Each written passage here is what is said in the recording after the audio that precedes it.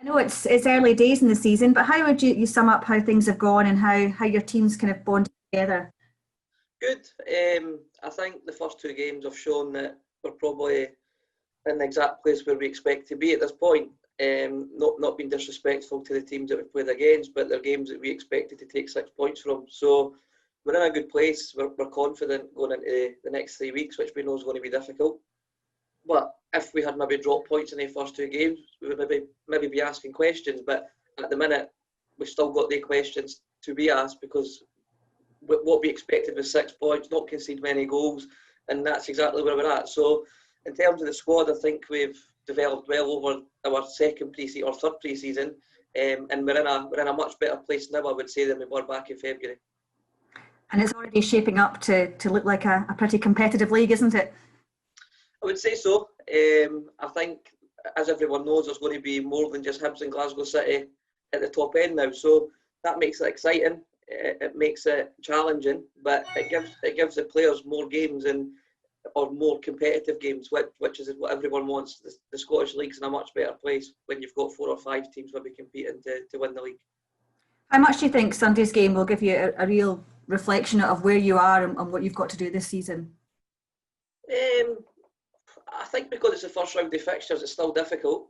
I mean, we could beat Rangers this weekend, but then lose to them the next time, and vice versa. So I think if both teams turn up and play their full potential, I think you'll see a very good game of football and a very tight game. I don't think anyone's going to run away with it by 3 or 4 goals. I think it's going to be maybe a goal in the game if somebody wins it. So I think it'd be hard to say that it'll define or let us know where we're at for the rest of the season, because we've also got to play Glasgow City, Celtic back to back as well. So it's going to be a difficult few weeks, but a few weeks that we're well prepared for.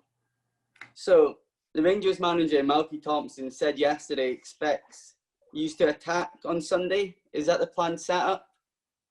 Yeah, I mean, I think for us, we don't change anything. So there's going to be no secrets in the way we play the game. And formation-wise, it's been the exact same as it was last year.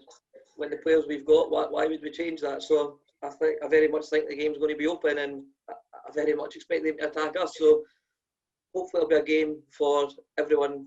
It's maybe a neutral to go and enjoy it, and hopefully it'll be a good advert for the women's game in this country. So yeah, it's certainly going to be an open game, I would imagine, but one that's hopefully exciting and maybe nail-biting for the coaches. But I think the games we've got to trust the players that our attacking players will score goals, and yeah, we don't want to put the shackles on them. So yeah, it'll be an attacking game and one that we're more than willing to go and open up on. Also, how important do you feel this month is in terms of shaping the season, especially with 2 Champions League places up for grabs to the league this season with the reformed system?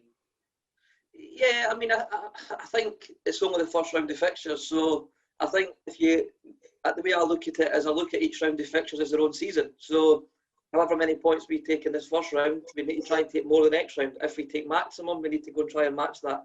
So if we, for example, if we were only to take 6 points in this first round of fixtures, that's not the season over, because we could then take maximum in the next round. It's very early on in the season to suggest that it's going to shape. This is the way the season is going to shape up, and yeah, people are going to continue to strengthen their squads when they can. And I think this month, the opening round will give you a good base to build on, but it certainly won't define it. Right. And finally, Shannon McGregor got a bad injury on the first day of the season. Have you got an update with her? How big a miss will she be if she's out for a while? Yeah, she's going to be a big miss. She's damaged the same knee that she had damaged before, so it's going to be a long-term one for Shannon. Unfortunately, we don't have the exact diagnosis of it yet. We know it's to do with an ACL, but we don't know if it's needing an operation yet. We'll find that out hopefully on Tuesday coming, and then we'll take it from there. But it's certainly going to be a big miss, and Shannon knows how big a part she would play for us. But at the same time, we've got players who I think go under the radar and are never spoke about. Like players like Kirsty Morrison, who are just as effective.